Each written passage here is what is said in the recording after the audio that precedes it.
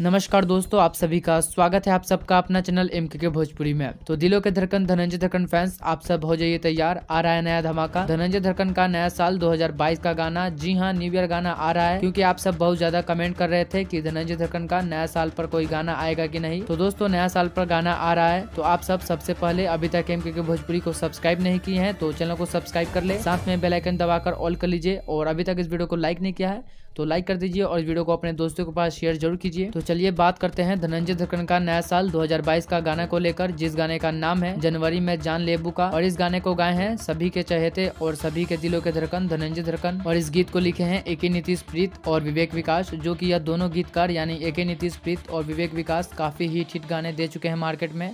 तो अब 2022 के नए साल में आप सब बवाल मचाने के लिए तैयार रहे।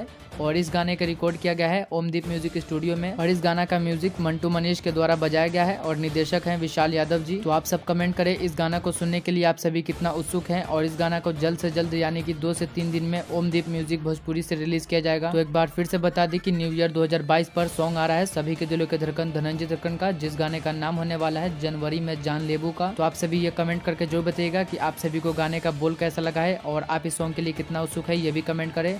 और वीडियो को हर जगह शेयर करें और सब्सक्राइब करें हमारे चैनल MKK भोजपुरी को इसी प्रकार के न्यूज़ सबसे पहले देखने के लिए। तो मैं मिलता हूँ आपसे अगली वीडियो में। जय हिंद, जय भोजपुरी। भोजपुरी इंडस्ट्री से जुड़ी कोई भी खबर सबसे पहले देखने के लिए सब्सक्राइब कर ले MKK भोजपुरी को और साथ ही घंटी को दबाकर ऑल कर लेता है। कोई भी खबर डालूं सबसे पहले आप मोबाइल तक पहुंच सके बिल्कुल फ्री में।